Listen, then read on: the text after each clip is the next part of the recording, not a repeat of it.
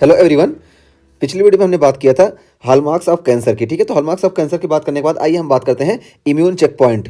तो immune check point interaction कैसे होता है और इसमें कैंसर सेल जो होता है ये कैसे इम्यून चेक पॉइंट को ये स्केप कर देता है और इससे बच जाता है, ये हम बात करने वाले हैं। तो ये देखिए यहाँ पे पूरा ये डिस्क्रिप्शन दिया गया है, इसके पहले हम ये देख लें। ठीक है, और अभी यहाँ पे देखिए कुछ देर के लिए इसको हम ट्यूमर सेल ना समझ के इसको हम कोई दूसरा वायरस अफेक्टेड सेल समझ लेते हैं। तब हमको जब नॉर्मल समझ लेंगे तो हमको परेशानी नहीं होगी इसको समझने में। अब देखिए यहाँ पे क्या होता है कि हमारा ये टी सेल है, तो ये टी सेल जो हो गया और ये देखिए एंटीजन प्रेजेंटिंग सेल है और ये वायरस अफेक्टेड सेल है। ये होता क्या है कि एंटीजन प्रेजेंटिंग सेल क्या करता है, जैसे मैक्रोफेज वगैरह है, तो ये बॉडी में जब हमारे कोई एंटीजन कहीं पे भी आया, कोई बैक्टीरिया इंटर किया, तो ये मैक्रोफेजेस वगैरह इसको ब्रेक डाउन कर देते हैं और ब्रेक डाउन करके उसका जो एंटीजन होता है, एंटीजन को देखिए ये एक वेरिएबल प्रोटीन सिंथेसिस करते हैं। तो इस वेरिएबल प्रोटीन सिंथेसिस में एंटीजन को फिट कर लेते हैं, इसको हम बोलते हैं एमएचसी क्लास 2। तो देखिए एमएचसी क्लास 2 का फॉर्मेशन कर लेते हैं एंटीजन प्रेजेंटिंग सेल, और जहां कहीं पे भी ये करते हैं पूरी बॉडी में, वहां से चले आते हैं लिम्फ नोड में। ठीक है, लिम्फ नोड में चले आएंगे और लिम्फ नोड में फिर क्या करेंगे, ये टी सेल को एक्टिवेट कर देंगे। तो देखिए ये एमएचसी क्लास 2 एंटीजन को लेके आया और यहाँ पे टी सेल पे इसके रिसेप्टर प्रेजेंट होते हैं। ठीक है, तो इसके जरिए ये टी सेल को एक्टिवेट कर देता है। तो ये हुआ कि अगर बैक्टीरिया का कुछ इन्फेक्शन हुआ या किसी भी चीज़ का इन्फेक्शन हुआ तो इस वजह से हमको एमएचसी क्लास 2 देखने को मिलता है, और एमएचसी क्लास 2 के जरिए टी सेल एक्टिवेट होता है, और टी सेल जो एक्टिवेट होता है तो उस बैक्टीरिया के अगेंस्ट बहुत सारी एंटीबॉडी बनती है और वो बैक्टीरिया जो होता है वो पर्टिकुलरली किल हो जाता है। इस तरह से हमारा इम्यून रिस्पॉन्स काम करता है। और देखिए वायरल अफेक्टेड अगर सेल है ना, तो वायरस क्या करता है कि ये न्यूक्लियस में चला जाता है। ठीक है, न्यूक्लियस में जाके ये न्यूक्लियर मशीनरी जो है होती है हमारी, उसको अफेक्ट कर देता है। अब जब न्यूक्लियर मशीनरी को अफेक्ट कर देता है ना, तो मैक्रोफेज वगैरह से स्केप कर जाता है। जब मैक्रोफेज वगैरह से स्केप कर जाएगा ना, तो यहाँ पे जो होता है ये हमारे सेल के अंदर अपना जीनोम बनाने लगता है, अपने अपनी तरह का प्रोटीन बनाने लगता है। और हमारे जितने भी सेल होते हैं ना, सारे सेल के अंदर कैपेबिलिटी होती है कि सबके जितने भी अंदर न्यूक्लियर मशीनरी है ना, सबको लेके वो बाहर आ जाता है एमएचसी क्लास 1 के जरिए। एमएचसी क्लास 1 के जरिए जितनी भी प्रोटीन है सब यहाँ पे सेल के ऊपर दिखती हैं। तो होता क्या है नॉर्मल कंडीशन में कि हमारी जो अपनी प्रोटीन है ना, ये भी यहाँ सेल पे प्रेजेंट होंगी, तो हमारी अपनी प्रोटीन भी प्रेजेंट होती है। लेकिन इम्यून रिस्पॉन्स या जब इम्यून सिस्टम डेवलप होता है उस टाइम पे हमारे अपने जो ये प्रोटीन है, यानी इसके जो हमारे जो अपने एंटीजन है, इसके अगेंस्ट जो एंटीबॉडी बनाने वाले एंटीजन है ना, ये डिस्ट्रॉय हो जाते हैं। इसके अगेंस्ट एंटीबॉडी बनाने वाले जो एंटीजन होते हैं, यानी जो जीनोम होते हैं, वो डिस्ट्रॉय हो जाते हैं इम्यून सिस्टम जब डेवलप होता है। लेकिन जैसे कोई वायरस इफेक्ट किया तो वायरस अब जो है अपना जीनोम यहाँ रेप्लिकेट कर रहा है हमारे सेल में, तो इसकी वजह से जो प्रोटीन बनी, जो कुछ बना, ये फॉरन एमएचसी क्लास 1, यहाँ पे एमएचसी क्लास 1 का रोल होता है। ठीक है, यहाँ पे देखिए मैक्रोफेज जो था एमएचसी क्लास 2 के जरिए एंटीजन प्रेजेंटिंग सेल का काम कर रहा था। लेकिन यहाँ पे जो है ट्यूमर सेल, यहाँ पे जो है वायरल अफेक्टेड सेल में, यहाँ पे जो जीनोम बना ये एमएचसी क्लास 1 के जरिए सेल के ऊपर आ जाएगा। ठीक है, अब जब सेल के ऊपर आ गया तो हमारे इम्यून सिस्टम को पता चलेगा कि अच्छा ये जो है इस पर्सन का नहीं एंटीजन है बल्कि बाहरी कोई एंटीजन है। तो इस तरीके से हमारे इम्यून सिस्टम इसको रिकॉग्नाइज करता है। तो वही देखिए एमएचसी क्लास 1 यहाँ पे देखिए एंटीजन ले आया, कोई फॉरेन एंटीजन था, वायरल एंटीजन, और उसके बाद फिर टीसीआर को ये एक्टिवेट कर देता है टी सेल रिसेप्टर को, और टी सेल जब एक्टिवेट होता है तो इसको किल कर देता है। और यहाँ पे भी जब टी सेल एक्टिवेट इसके जरिए होगा तो ये जिसकी वजह से आया है उसको किल कर देगा। ठीक है, ये मैकेनिज्म लंबा होगा, बस यहाँ पे हम थोड़ा सा समझने के लिए बता दिए। अब देखिए नॉर्मल कंडीशन में हुआ और एंटीजन प्रेजेंटिंग सेल तो अभी ऐसा काम कर रहा है, लेकिन ट्यूमर सेल में क्या होता है, तो देखिए ट्यूमर सेल में ये एमएचसी क्लास 1 जो है एंटीजन लेके आता है, लेकिन यहाँ पे ब्रेक फेल हो जाता है। ब्रेक फेल कैसे होता है, तो यहाँ पे देखिए CD28 और CTLA4 प्रेजेंट होता है। तो CD28 और CTLA4 जो होते हैं, ये देखिए ये एंटीजन प्रेजेंटिंग सेल मेरा B7 प्रेजेंट होते हैं, और ये B7 जो है दोनों से बाइंड करता है, इससे भी बाइंड करता है, इससे भी बाइंड करता है। और B7 जो है CD28 से जब बाइंड करता है तो ये टी सेल को एक्टिवेट करता है, ठीक है, स्टिमुलेट करता है। और जब CTLA4 का फुल फॉर्म हम बता दें तो cytotoxic T lymphocyte associated protein. ठीक है, ये फुल फॉर्म है, फुल फॉर्म से हमको इतना मतलब नहीं है, बस हम बता दिए।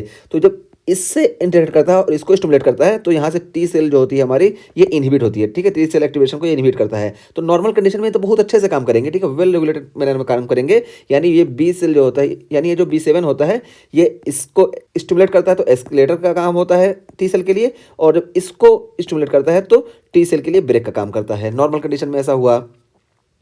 और यहाँ देखिए नॉर्मल कंडीशन में PD1 प्रेजेंट होता है। ठीक है, PD1 प्रेजेंट होता है, लेकिन ये PD1 जो है, PD1 हम बताते हैं प्रोग्राम सेल डेथ। ठीक है, PD1 जो होता है ये यहाँ प्रेजेंट होता है और ये प्रोग्राम सेल डेथ कराता है, यानी ये जो टी सेल को डिसएक्टिवेट करेगा, क्योंकि जब ये स्टिमुलेट होगा तो टी सेल में प्रोग्राम सेल डेथ होगी और टी सेल कम हो जाएंगे।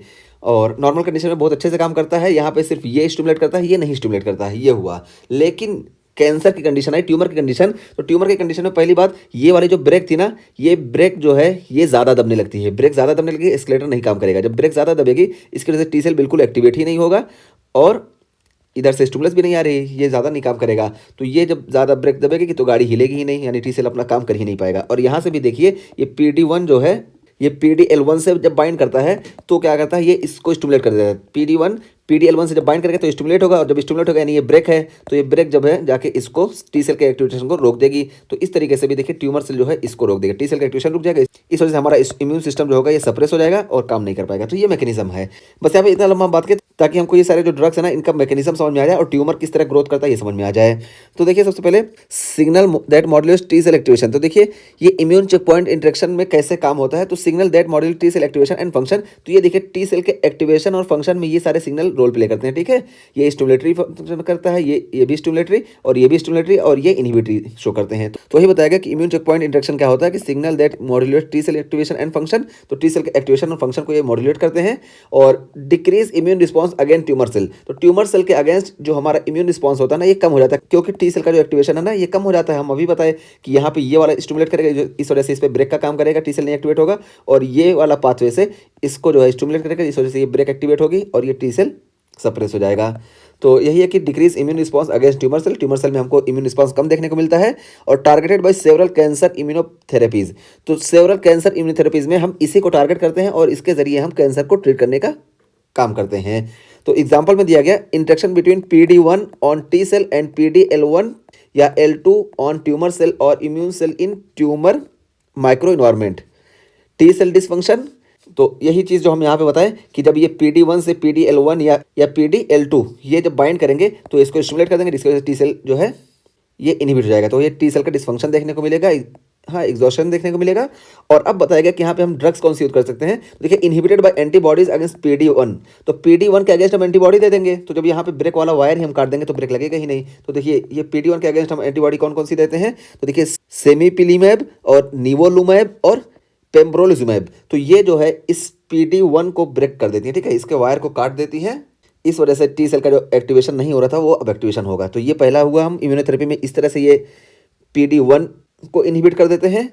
और या PDL1 या इसको हम इनहिबिट कर दें, ठीक है, वायर जो है हमारे यहाँ जुड़ने ही ना दें, या तो इस वाले वायर को काट दें या तो इस वाले वायर को काट दें। तो PDL1 कौन कौन सी है। तो देखिए PDL1 को इनहिबिट करने वाली एटीसोलिजुमैब और डार्वालुमैब और एविलुमैब। तो ये देखिए ये इसको इनहिबिट कर देती है। तो यहाँ से फिर जब वायर नहीं जुड़ेगा तो ये जो है इनहिबिट नहीं होगा, ये हुआ। और उसके बाद फिर यहाँ पे देखिए CTLA4। तो देखिए CTLA4 यहाँ प्रेजेंट होता है। हम बताया था कि जब ये B7 इससे बाइंड करता है तो ये भी ब्रेक का काम करता है, ठीक है, ब्रेक का काम करेगा तो ये टी सेल डीएक्टिवेट हो जाएगा।